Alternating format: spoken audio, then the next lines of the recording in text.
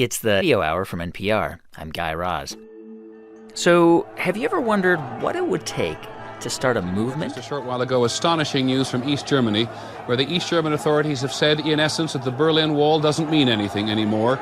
A movement that actually changes a culture or a society? There's Mr. Mandela, Mr. Nelson Mandela, a free man taking his first steps into a new South Africa. Something that inspires people to take to the streets. The Arab Spring spreads to Egypt. Celebrations as it was announced President Hosni Mubarak's 30-year rule had come to an end. Movement to me is a revolution. And I teach world history, so I teach revolutions. It's a momentous change in ideas, in culture, in attitudes.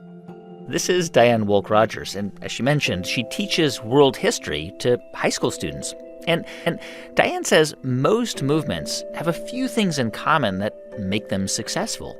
You need to have a core group of leaders who can unite a population, who can organize the protests and the marches, who are eagerly engaged and have the resources to push this movement forward. Not too long ago, Diane unexpectedly went from teaching her students about the history of movements to watching one unfold, a movement that happened to be led by those very same students. Here's Diane Wolk Rogers on the TED stage. I teach history at Marjorie Stoneman Douglas High School.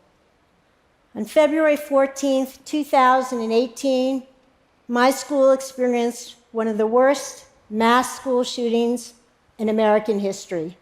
I don't remember everything, but I do remember I went into crisis mode. I lined up the kids. I held up a sign so they could follow me through the hall, just like a fire drill.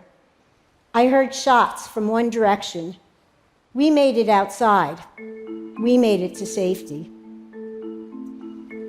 How can we stop the senseless violence? This was the most difficult question I've been asked.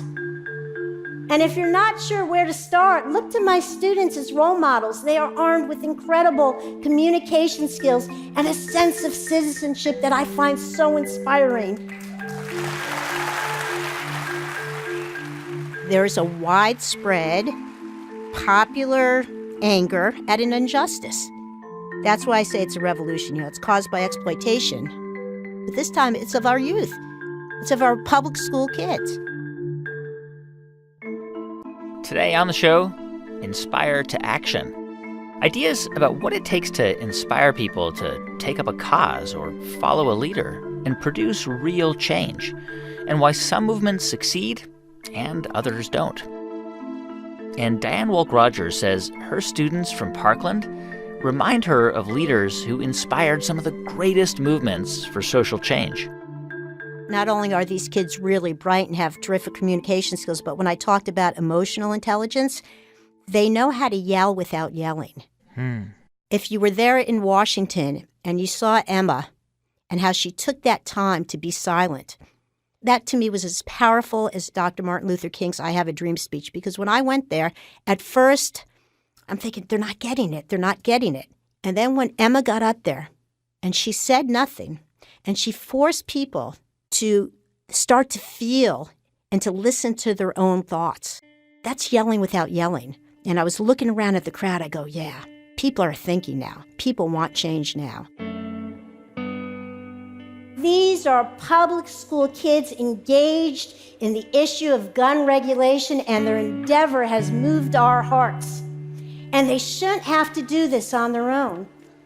They're asking you, they're asking all of us to get involved. This isn't a spectator sport. So, what's the right answer? I don't know. Listen, I'm no gun control expert. I teach the humanities. To be human is to learn, and to be part of a civilization is to share your knowledge. This kind of honest, brave, and sincere engagement is what I ask of my students, what I expect of myself as a teacher, and what I demand of you now. When you When you look at the political landscape in the United States, especially when it comes to guns in America, do you think that the situation can actually change? I mean, do you think that this time it's different? Absolutely, it's different. Change over time has occurred, and that's one of the big things we have to teach in AP World History. Cultural attitudes have changed over time. At one of the wakes for one of my students, I was talking to the brother, and he sat there and he completely understood and said, 50 years ago, everybody in America smoked. Nobody would have thought that there'd be a day where you couldn't smoke in a restaurant or on an airplane or even in a park. But, look what happened. And I think what's really interesting about this group is, they're not willing to wait. The adults didn't enact those changes, and now they're saying, we're going to change the situation now. And they're not sitting around. They're not waiting for others. They've jumped on it. Diane Wolk Rogers is a history teacher at Marjorie Stoneman Douglas High School in Parkland, Florida. You can see her entire talk at TED.com.